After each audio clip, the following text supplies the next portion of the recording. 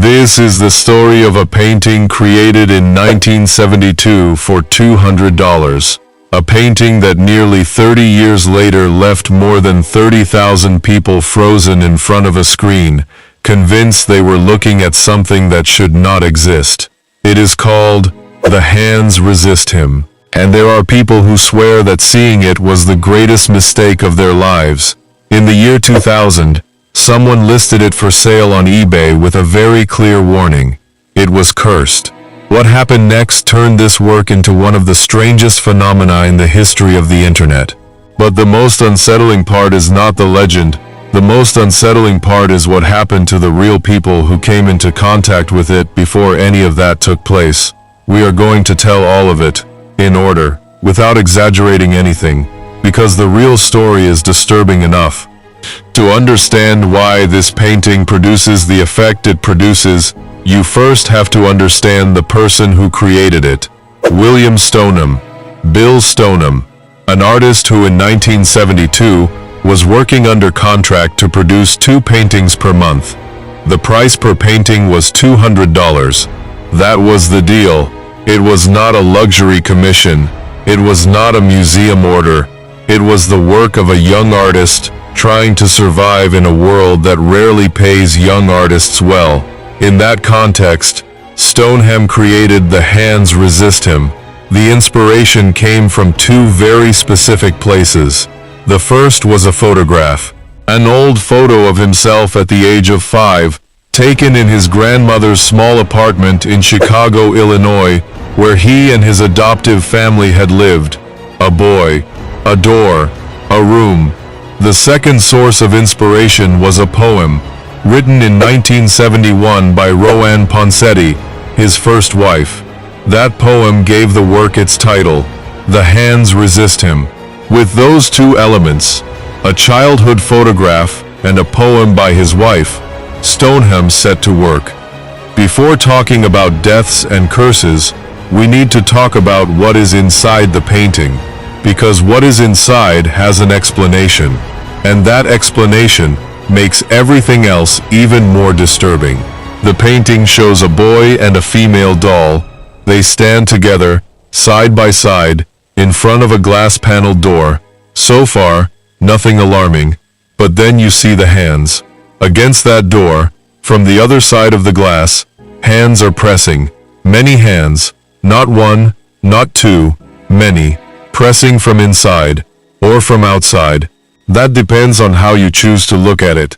Stoneham has explained the meaning of each element. The boy is himself, at the age of 5. The door represents the line separating the real world from the world of fantasy. What exists from what might have existed. The doll is not a threat. She is a guide. A figure who is there to escort the boy from one world to the other. And the hands. The famous hands that unsettle so many people. They represent alternative lives, possibilities that never materialized, versions of a person that never came to be. It is a painting about childhood, about imagination, about the roads not taken. That is what the artist painted. But something happens when you look at it for a few seconds. Something that rational analysis does not quite resolve. Something in the boy's gaze. Something in the way the doll seems to be looking at you, the viewer, rather than looking straight ahead. The brain detects it. It cannot name it, but it detects it.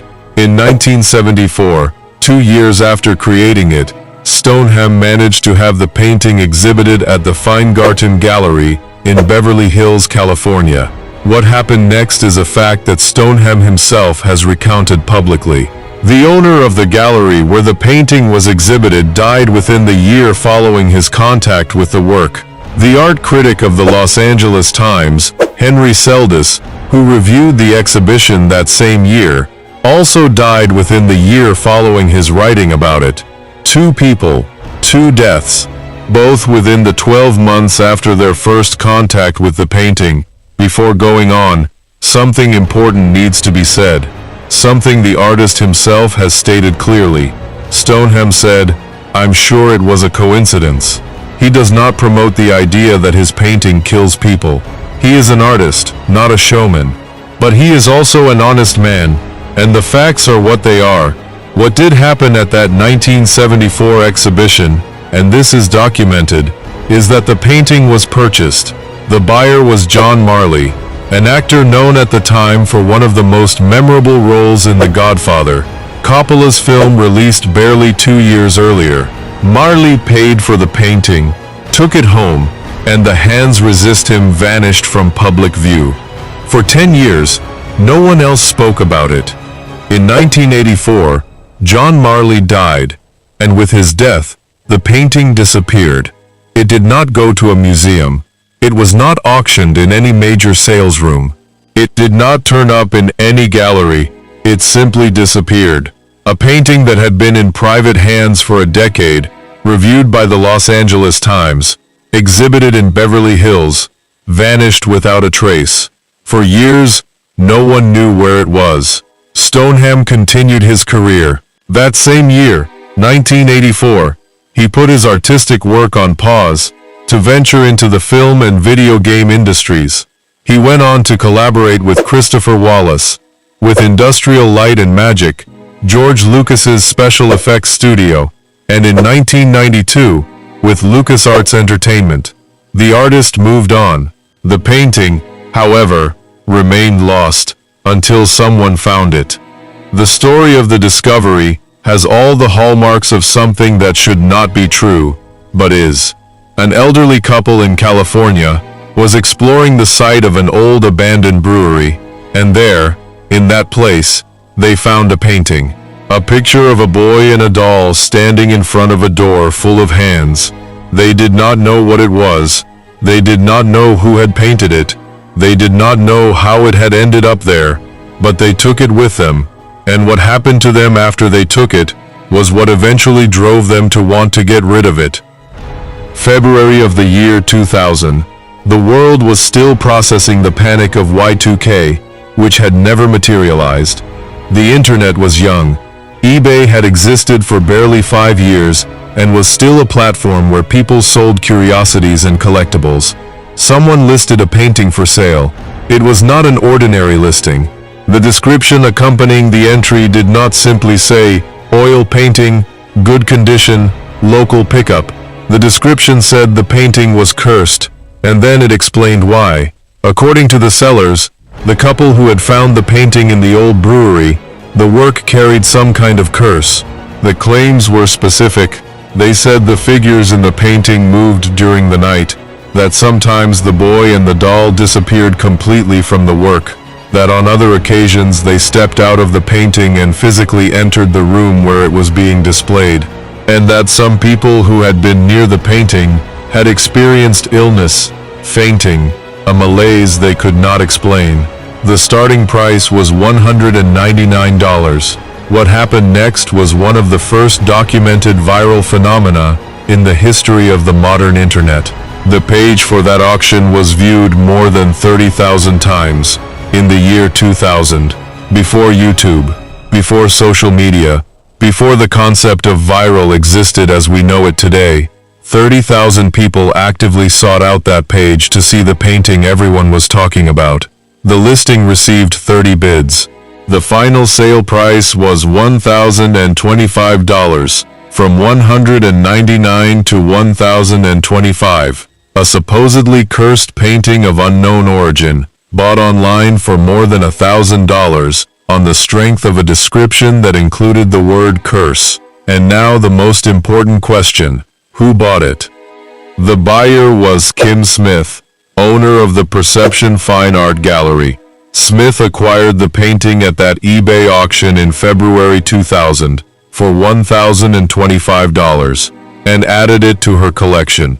But what happened afterward with the painting inside the gallery has a detail that deserves mentioning. Today the painting does not hang in the main space. It is not on the entrance wall. It is not lit under exhibition spotlights. It does not occupy the place a valuable work normally holds in an art space. The Hands Resist Him resides in the back room of the Perception Fine Art Gallery in Grand Rapids, Michigan. Why the back room? Because that is what Kim Smith's children asked for. They did not want to keep what they described as the most haunted painting in the world in their family home. Think about that for a moment. The owner of an art gallery bought it knowingly, fully aware of the entire history that came with it. And even so, her own children insisted it not be placed anywhere. They would have to see it every day. There is an element of this story that is rarely told with the attention it deserves. What happened to Bill Stoneham when he found out about all of this? Stoneham had created a painting in 1972. He had sold it for $200. Then the work passed through a gallery, was reviewed in the Los Angeles Times, was purchased by a famous actor, disappeared for more than 15 years, turned up in an old brewery, and became a viral internet phenomenon. All of that had happened without Stoneham having control over any of those events. And then, in 2004, someone who had seen the story about the original painting contacted him. They placed a commission, a sequel. Stoneham accepted. In 2004, he painted Resistance at the Threshold, the second installment in the series. In 2012, he completed a third painting, and in 2021 he created what he himself describes as the final painting in the series, What Remains. 4 paintings in all. What began as a $200 job in 1972 became a series that spanned 5 decades. Bill Stoneham has spoken about the legends surrounding his work with a mixture of honesty and a certain quiet irony that says a great deal about his character. About the deaths of the gallery owner and the art critic, he said, "I'm sure it was a coincidence. No drama, no feeding the legend. But no denying that it happened, either." About the painting and the mystery it generates, he said something worth quoting. "We live in an age of the science of revelation and hard realities and hard facts, but we are still drawn to the mysterious. And what is more mysterious than paintings?" And regarding the most extreme claims by the eBay sellers, Stoneham's own studio has been direct. They caution everyone who searches the internet for posts about the haunted painting to doubt more than they believe. There is also one very specific detail that deserves mentioning. The eBay sellers claimed that a gun could be seen in the painting. That contributed to the threatening atmosphere of their description.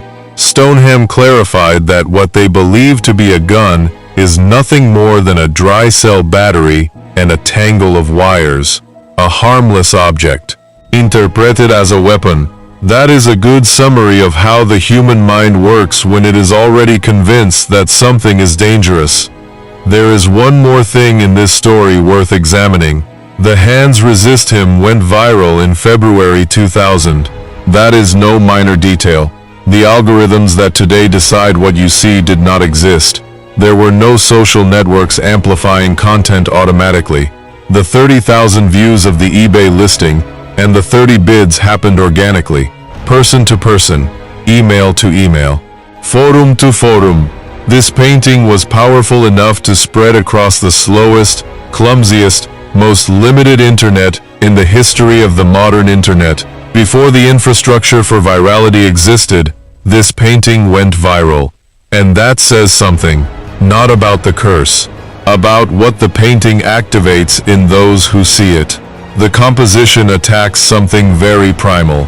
A boy who should be innocent, a doll who should be inanimate but seems to be watching, and hands. Dozens of hands pressing from the other side of a transparent surface that separates two worlds. The human brain does not know how to process that image calmly, and when the brain cannot process something calmly, it searches for a narrative to explain it. The most readily available narrative in the year 2000, offered directly in the eBay listing, was that of a curse. This, then, is the complete story of The Hands Resist Him, a painting created in 1972 for $200, inspired by a childhood photograph and a wife's poem, exhibited in Beverly Hills in 1974, where 2 people who came into contact with it died within the following year. Purchased by an actor from The Godfather, missing for more than a decade, found in an old abandoned brewery, sold on eBay in February 2000 for $1,025, with a curse description that generated 30 bids and more than 30,000 views, and today kept in the back room of a gallery in Michigan because the owner's children did not want to live with it. The artist who created it is still alive. He has painted 3 sequels, and when he is asked whether his painting is cursed, he answers honestly, he does not know. What he does know is that people need mystery. Henry Seldis, the Los Angeles Times critic who reviewed the work before dying that same year, wrote that Stoneham's paintings were at their best when they were at their strangest, and that in those cases, the young artist came close to inventing the first truly neo-surrealist painting he had encountered to date. The man who wrote that is no longer here. The painting is still in its back room in Michigan, and somewhere on the internet, there are 30 people who in the year 2000 bid real money to take home something that 30,000 others wanted to see, but none dared to buy. The hands resist him. The question no one has answered yet is simple. What are they resisting?